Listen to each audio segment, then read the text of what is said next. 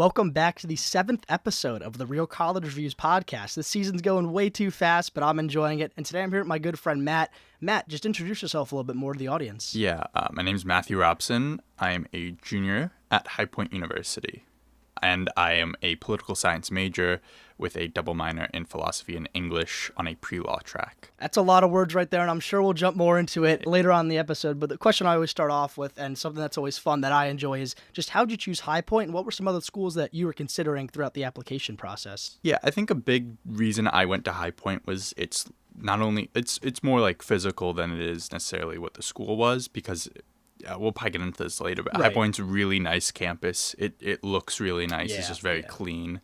And two, it's in North Carolina, and I was interested in going further south. I didn't really look at schools In the north?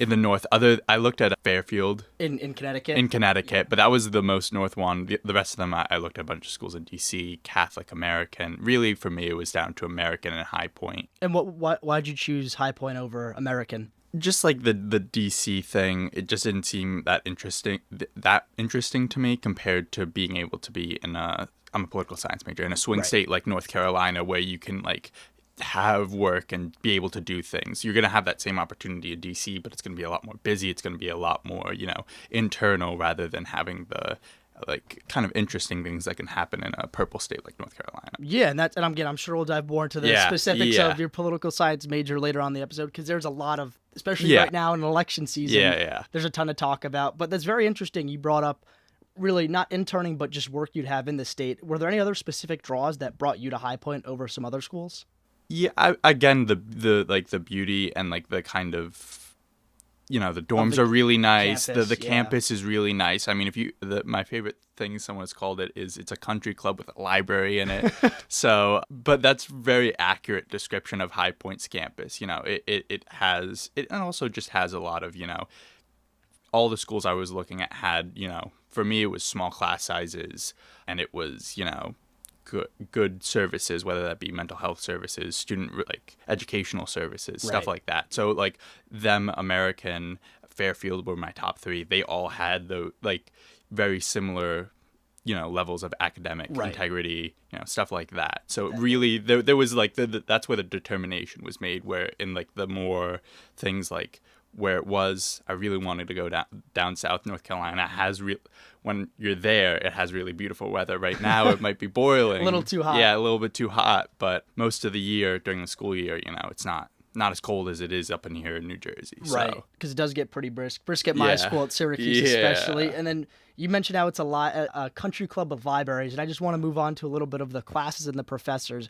Mm-hmm. Is the coursework there hard compared to high school, and how is that transition on an academic basis? Yeah, I wouldn't say that it's much more difficult than I feel like there is somewhat of a high school feel to it. The way that the kind of office works, for comparing it to high school, the student development works, you have a counselor, student success coach, that is your advisor for your first year, and they get pretty on top of you on making sure that texting you and emailing you and all that. They'll email you that when you create your schedule, you have to talk to them. Oh, you have really? to talk to your advisor the next few years as well, your faculty advisor that you get for your major. Right. But they really want to stay on top of you, and I think that's something that High Point does really well when I've compared to what I've talked to other kids who go to other schools, is it's really easy to know what courses you can take, what courses fill requirements for your major or your minor, or because I'm in the honors program, so it's a little easier for us with our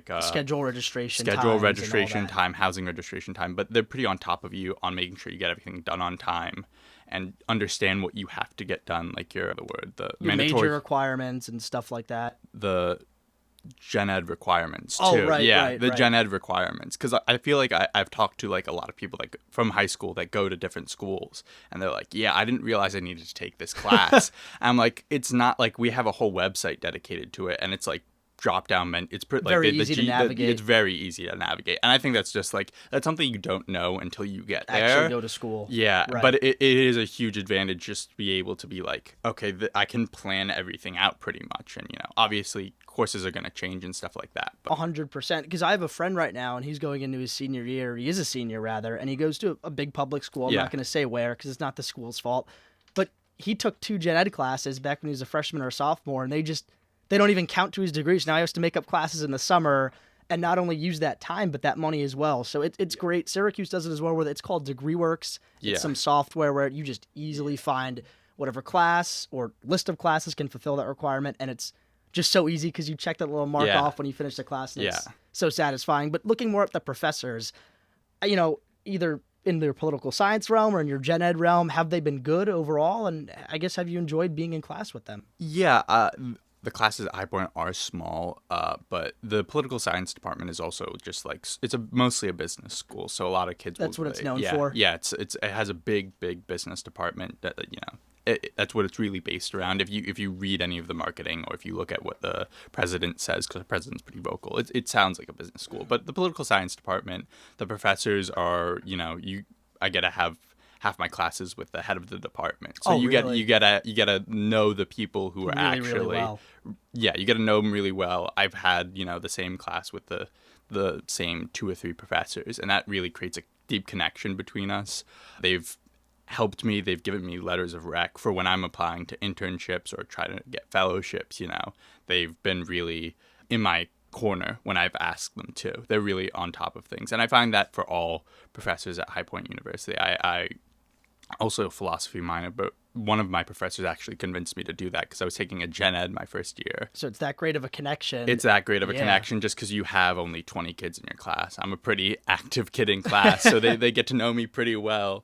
But they want to make sure students succeed, and I think that, like, obviously you're going to have some bad professors. It's just going to be like in high school and college, you're going to have bad teachers, bad professors. Absolutely. But I think that the good professors at High Point really do a good job of being really good, and they're given the kind of resources from the rest of the school to be able to do as much as possible, because a lot of our professors have real world experience. Like, that's a big thing for the business school, that like these are people who actually ran businesses. Like, my political science teachers aren't.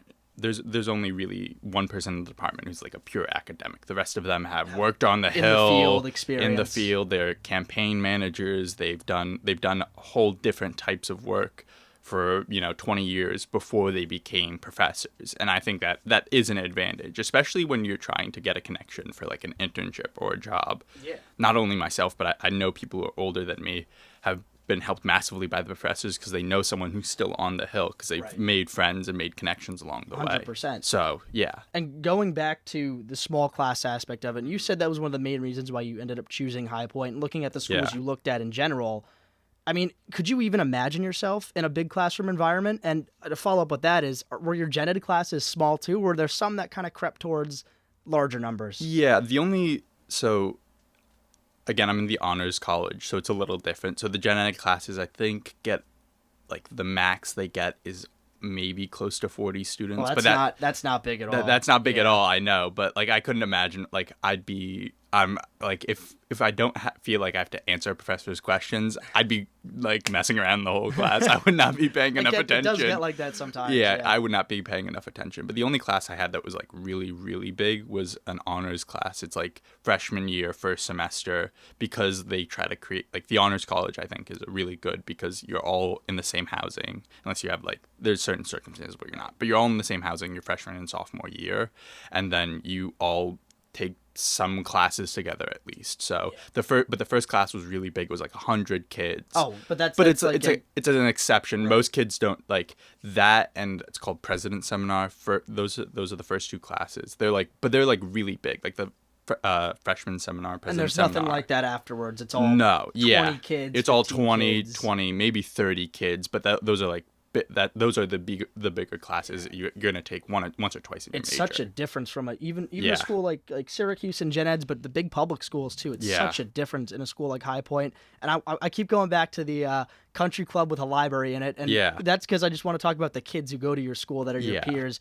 What are the typical characteristics of a High Point University student? So I think that not that there's a divide, but I feel like there's a couple of types of students, because, you know, High Point University has a lot of really rich kids going to school. Like, I've seen Porsches driving on my campus, clearly being driven by students. So, you know, there's those types of kind of really rich kids. But there's also, like I'm not saying I'm, like, not well off, but, like, there's kids more like on the normal side. Yeah.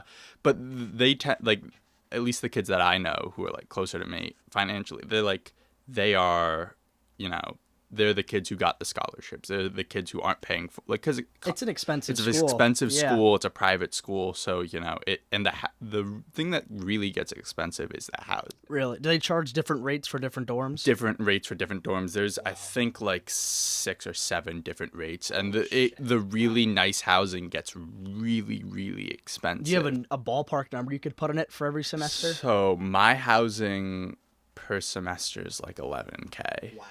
And I'm only in tier 2. It goes up to tier 6, 7. Those are like the tiny homes. They're like they almost match tuition. I think they might match tuition. I'd have to look at it. Yeah.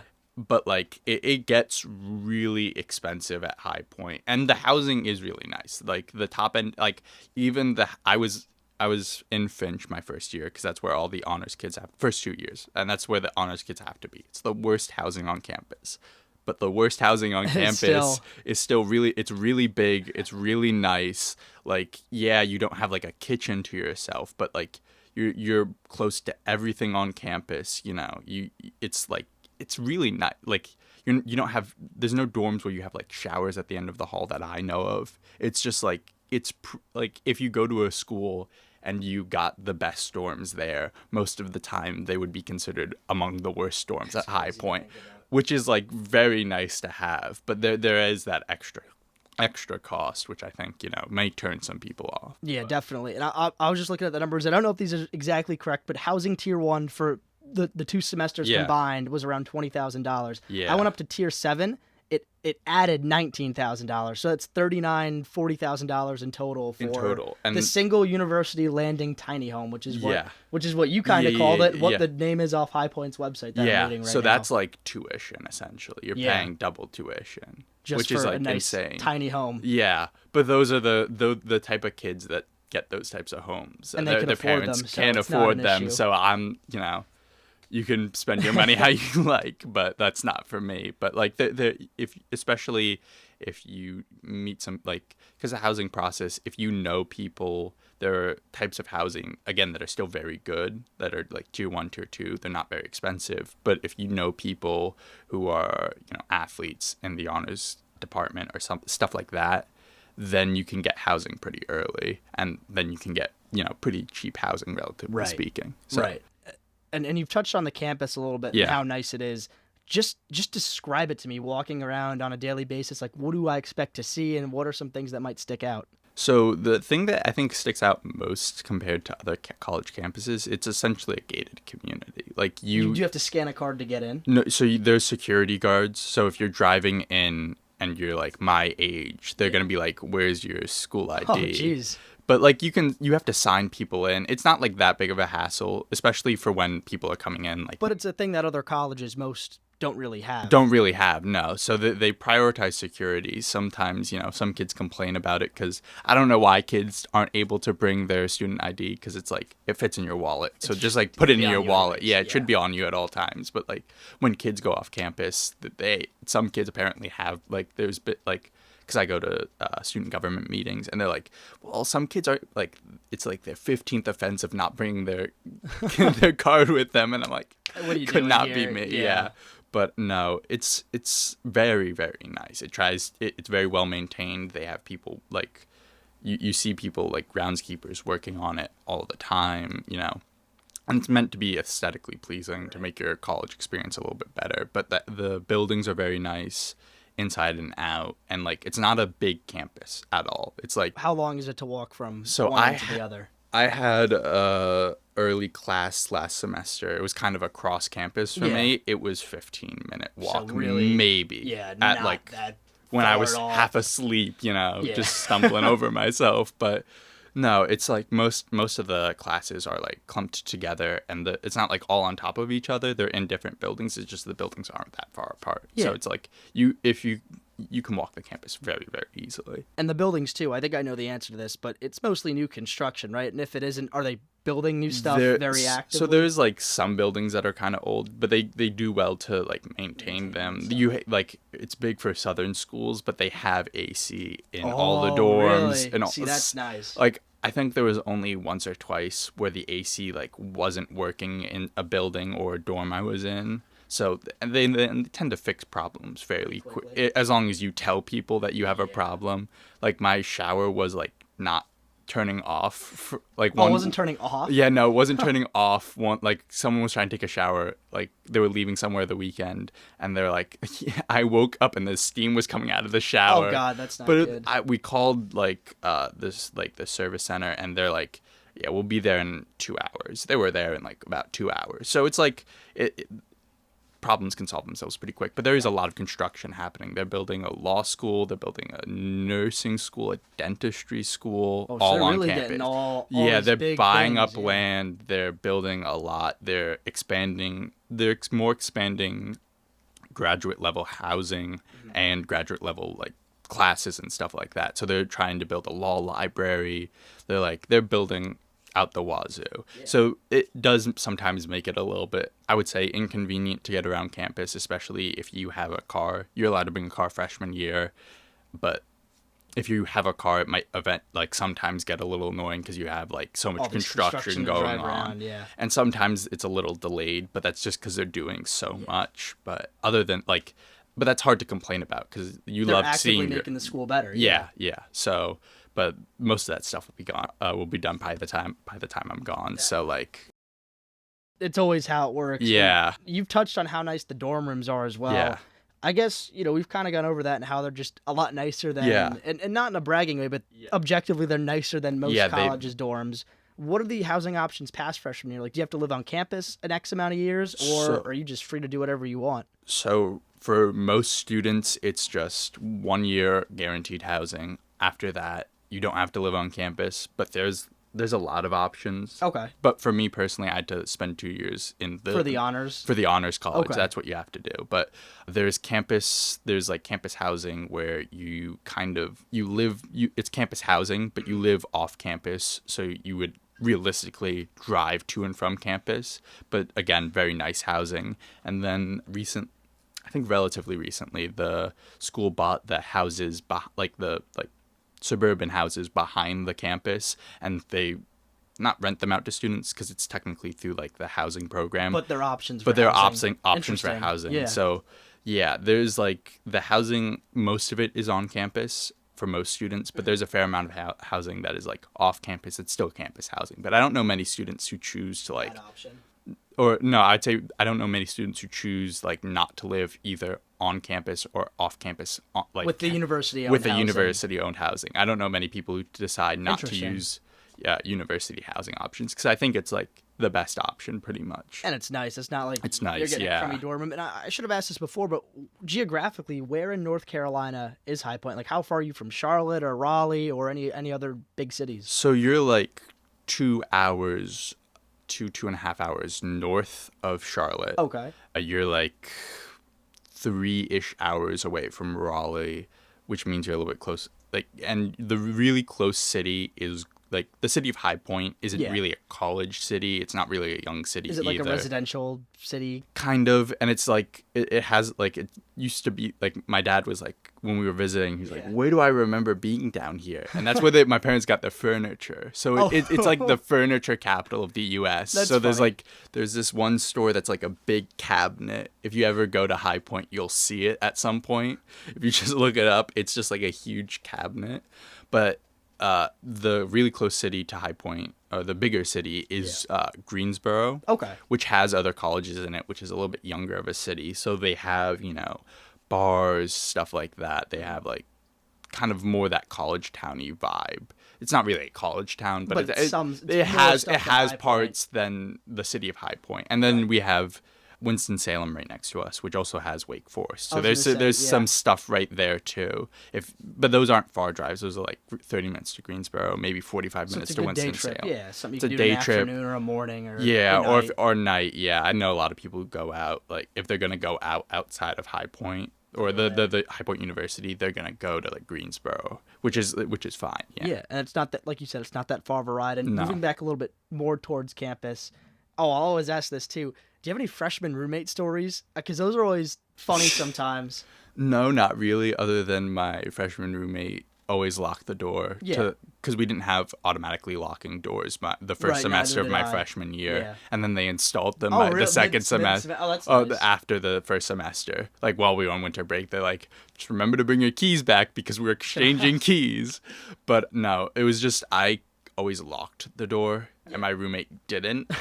And he'd forget his key every once in a while, so he'd have to come to my class and get the key from me. And I was like, but that I had a good freshman experience with my roommate, you know. Yeah. So I really didn't have much to complain about. So that's always good because I always hear messy things, whether it's on this episode or just talking to people or seeing it online. Yeah. There's some horror stories, so it's good to hear that yours was more or less a pretty normal and positive experience. Yeah. And, you know, going off of the dorm rooms as the dining halls, what's the food like at High Point? And is it a mandatory meal plan for your freshman year? So, yeah, it's a mandatory meal plan. I think most kids, I don't know any of any kids who opt out of a meal plan unless you're, like, living on the off-campus housing. Oh, so even, like, seniors who live on campus, most of them will have the food plan. That's interesting. I have so it's like you don't pay more, but you get, so the way it works is you get a certain amount of swipes and you get a certain amount of like dining dollars type thing to use at other places, or if you need to use like instead of cash, you'll use that as dining dollars at these other places. But so I have the max 19 swipes, which is probably one of my biggest complaints about High Point is that they don't give you 21 swipes. They give you 19 swipes. There's got to be some just monetary reason. Yeah, there is. We have really good, I'll get into it. We have really good food options, but that's just so annoying to me because I can't go every single day. Yeah. 3 square meals. But they have food kiosks in like, for breakfast. The student center and stuff like that? No, just around campus. Oh, okay. So when you're walking to class, I think it's like 7:30, which classes start at 7:30 till like probably around 10-ish. So maybe you're getting out of 1 or 2 classes. There's like people manning the kiosks and they have like muffins and stuff like that. So it's more of like a snack thing. But the food on campus, I'd say, is really good. We have a couple of like, what would you consider like probably normal dining halls, just like what would you expect? You swipe in like a buffet style, and it's like varies every day, you know. I think the biggest thing is the biggest compliment I can give is the food variance, especially for dinner. They switch it up pretty often. There's always like a station where they have like burgers and chicken fingers, and no, they're just like chicken breast, grilled chicken. Oh, that's even healthier than chicken fingers. Which by the way, I mean, they don't always cook it great, but they've never undercooked it. Okay, where I've seen other people. We've both seen some medium rare chicken stories. Yeah, but no, they do a really good job at keeping things variety well in there, and they always have a good like they also have stations where like no peanut oil is used, so they keep in mind people's allergies. Yeah. But I think the big draw for food at High Point, so you get something called, I'm forgetting what I'm going to talk about the fine dining first because I'm forgetting what one thing's called. Fine dining? So yeah, what in the world do you mean by fine dining on a college campus? So there is 3 fine dining experiences now. Not even just one. There's a hibachi place that just opened on High Point's campus. On High Point's campus. It's a little like it's by the state. So the stadium is like far from the rest of the housing. Okay. Because they just built something called Panther Commons, which is like another kind of like housing sort of place. Housing, and it has restaurants, and it has like it's a community center kind of vibe. Yeah. But the housing's really nice there, and it's really expensive. But it's like kind of a little bit farther away from campus, but it's like a 10-minute walk, so it's not bad. But they have a hibachi restaurant at the top of it. It's really nice. I've been there a couple times. So you use one. I couldn't think of the word, magic meal swipes. And that's for the fine dining? That's for the fine dining, and they also have kind of like restaurants on campus. So they have Chick-fil-A, they have Subway, and to use, there's certain like meal combination, like you can get chicken, like at Chick-fil-A, you can get chicken fingers, and you can get the waffle fries, like medium waffle fries and like 6-piece, and that's one magic meal, and you get 7 magic meal a week. They don't roll over, so the meal swipes don't roll over week to week. So how much do the fine dining ones cost? Like they're one magic meal swipe, but you can only go to 1 per week. I was gonna say you can't go to hibachi every single day for dinner. No, you can't. But I know a lot of people who like either run out of Magic Meal swipes or go once a week, or already gone once a week, and they're like, but I'm going with my other friends, and they're like sometimes like they'll be calling people up being like, for their Magic swipes. Hey, can I just use your student ID real quick or something like that? Because like no one at the restaurant's gonna be like, this isn't you. It's not that deep. I mean, so you have to make reservations beforehand. Oh really? You can't just walk in there. Can't just walk in there, because it's meant to be. So we also have Aloe and a steakhouse. I think it's 1924 Steakhouse. Forgive me if I'm wrong. Either way, it's a steakhouse. It's a steakhouse, but you have to plan it beforehand. You have to get people to like. If you say you're gonna have 4 people at Aloe, you have to bring 4 people, or you get like a fine on your account. Yeah. So this is like trying to prepare students for like the business. Again, this is where it's kind of more of a business school, but it's like preparing kids for like that. Like if you're like work in finance and you plan a meal at a high end restaurant, you can't just show up whenever. You can't just like not be dressed nicely, because you have to be like, is there an attire? There's like it's less for like the steakhouse. You like for guys, you have to be wearing like a suit jacket and pants. Like you don't have to wear a tie, but like you have to be dressed, button up shirt. Yeah, you have to be dressed nice. You have to be dressed appropriately. You can't be on your phone. Yeah, so they take it very seriously. But I think it's, I think there is first off, it's just really nice food. Like I don't think the food's bad on campus, but obviously a steakhouse, a hibachi place, lot better than, it's gonna be really good. It's been really good every single time I've went. But it's more about teaching kids the proper etiquette, all that, how to just how to prepare things, how to schedule things out for when you like, even if you never do it, go to a high-end restaurant, if you're planning something with your friends where they have to be there, how to get people to be places when they have to be there. So, and that's a struggle for college students sometimes. Yeah, planning is, I mean, from experience too, again, it's not just a Syracuse or a High Point specific thing. Especially with guys. Yeah. Horrible at planning. Terrible. I mean, can't keep a plan together to save their lives. No, it's horrible. Like, I for 4th of July, I went up to my friend's a week before, I'm like, hey, you still have people up? He's like, oh yeah, dude, for sure. I'm like, all right, well, like, I don't nice to know. You gotta tell me that. Yeah. But no, you're 100% right. Where guys in college, keeping a plan is not our strong suit. Yeah. Looking more towards outside of the classroom and outside of the dining halls and the dorm rooms. What do you do for fun outside of class? Like any clubs or any societies that you're in? So yeah, there are a lot of clubs on campus. I know for most sports, the club sports experience is very good. They do. Do you have to try out for those teams? For a lot of them, you do. So like I play tennis, but the tennis team there is not very competitive. But like the soccer teams are they've done a very good job. There's a bunch of ones where you can just do it for fun. There's a bunch of rec sports too, but there's also intramural stuff like that. Yeah. But there's also a lot of club sports for kids who might not be, they didn't go to a D1 school, but they still want to be able to do their sports competitively, and it gives them that opportunity. So I think that's good. And there are a lot of clubs like to do things. Greek life is very big on campus. All of our Greek houses that are recognized by the school are on campus. So we have this Greek. It's not off campus. It's like it's a little bit tucked away because it's like it does get loud at night. But all the Greek houses and sorority houses are on campus in this I think it's called Greek Circle, and it's just like it's to keep everyone safe because they don't want kids going on. Yeah, there can be some dangerous things going on. Me personally would never do that. Whole different conversation. Yeah, No, I'm personally proud of college Democrats, political science major, but makes sense. Yeah, it's a conservative school, but there are a lot of people who want to do things and are always interested in doing things. The SGA, very active. It's not hard to get into. I don't think. There are some schools where it's like you have to get elected to serve to any position, or if you have to be a senate. I'm a senator for another organization, HBU Votes.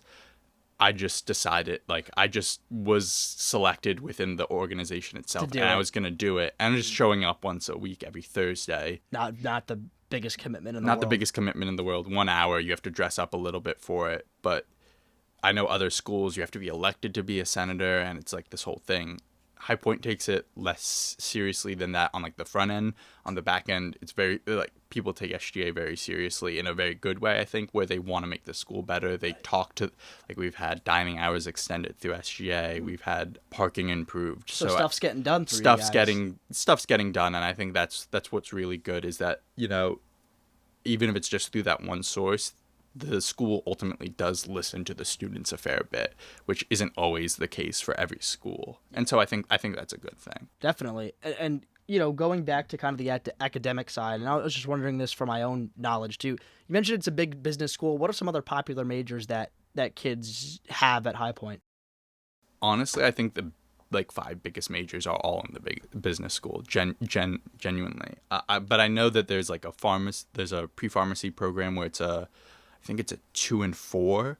So you don't technically 6 years in school. 6 years in school, but it would normally be a 4 and 4. I'm pretty sure. So so normally you'd have to finish your undergrad, but they say, you know, if you're going to High Point for pharmacy, you can combine it a little bit and save 2 years. Yeah. And so they have a lot of those types of programs for different majors or career paths. But you know, there are, like, I feel like there's a lot of business majors, and if you like, I don't know the statistics off the top of my head, but just meeting people, there's a lot of people interested in that. But they're trying to they don't want that label, because there's a certain connotation to being like only a business school that they kind of want to get rid of a little bit. Makes sense. So they're heavily expanding computer science. I imagine they'll be expanding political science because they're building a law school. But the physical sciences especially have been, you know, exercise science, stuff like that.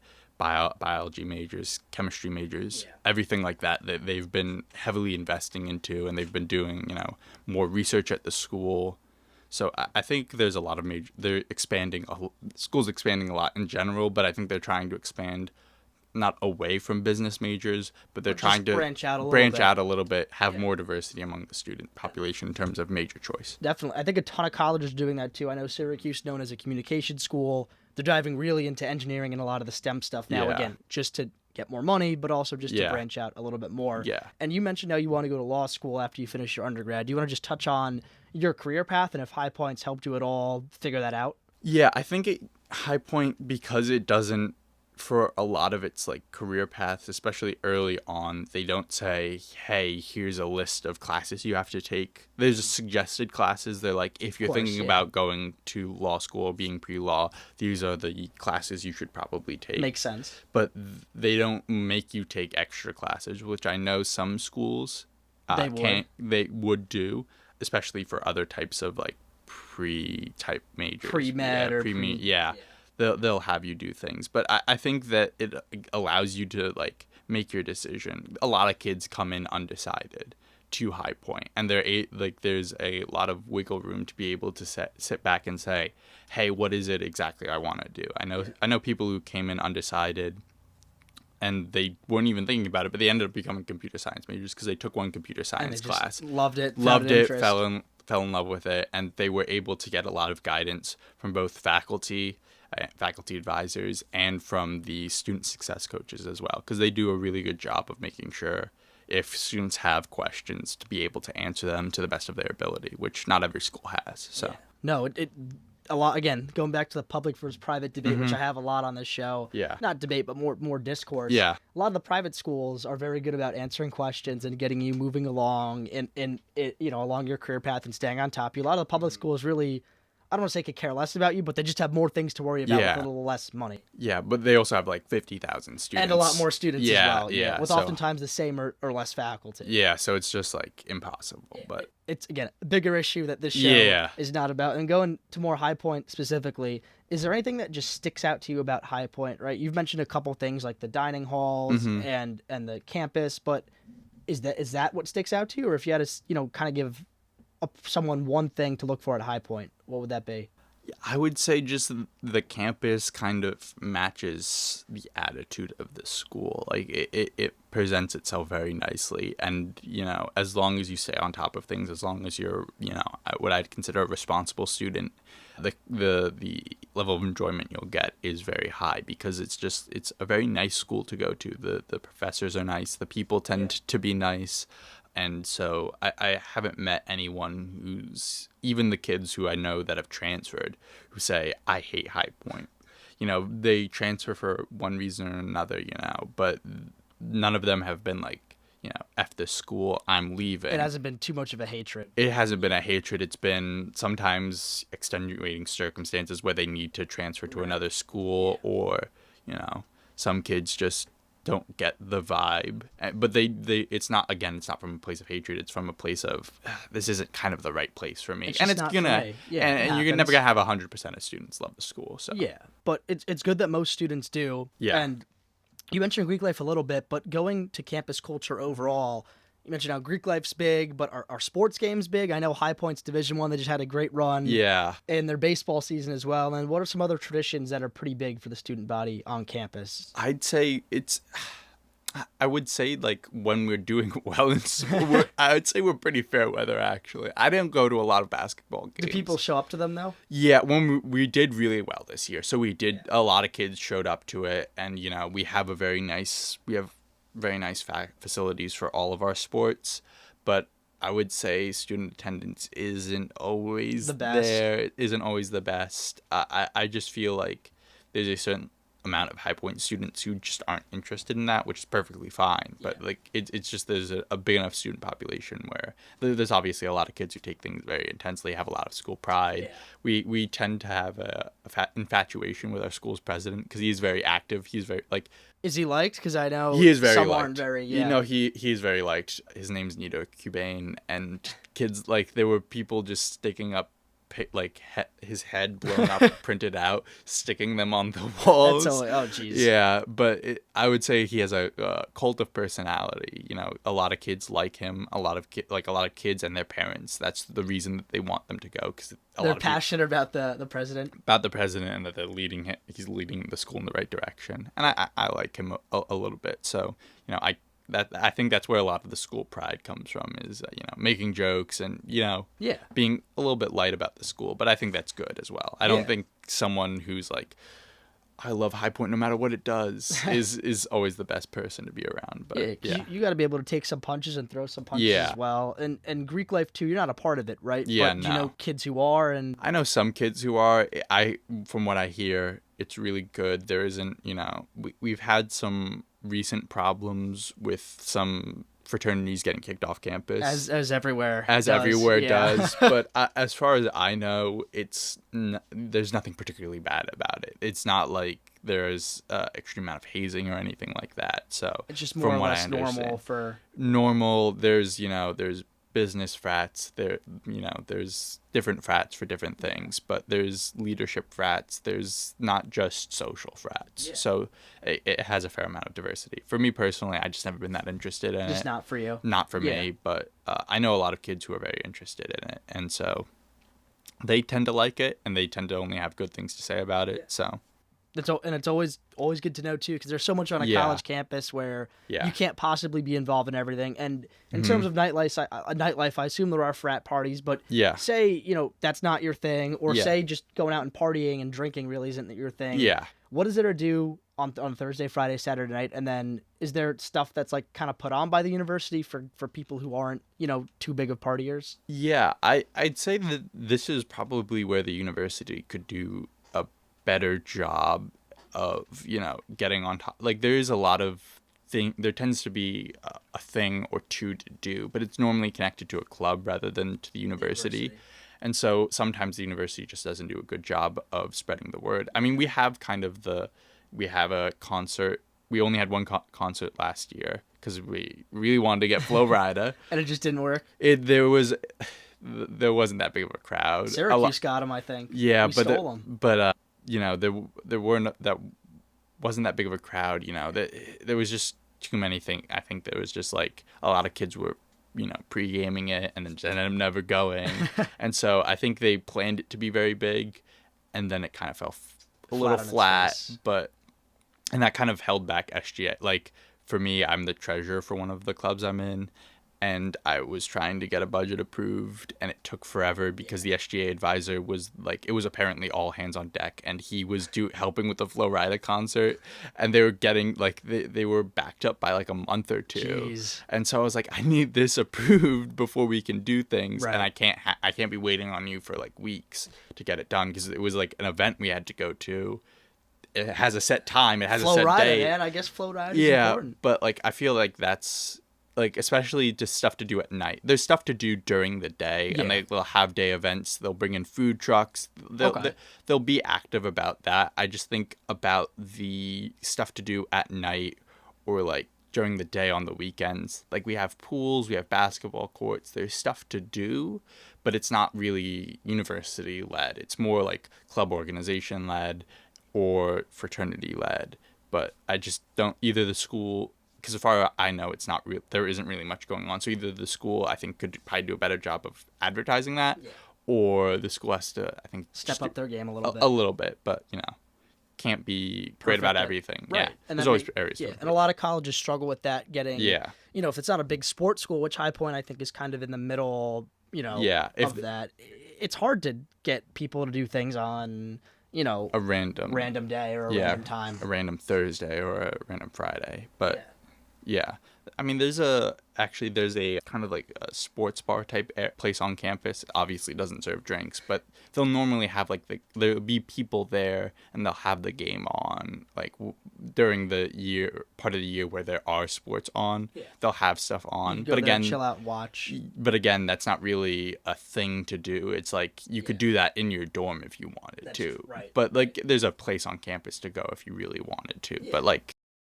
Get out and get active. Yeah, but it's only for you're gonna go watch, like, for me it would be watching. I'd go watch the Eagles game and then go back for 2 hours and then go back to my dorm. It's not really stuff like that. I think that's where personally being in the honors program, I think that's like when you have something like that, kind of helps fill the void, because there were like hiking trips that we would go on. We'd go to like rock climbing gyms.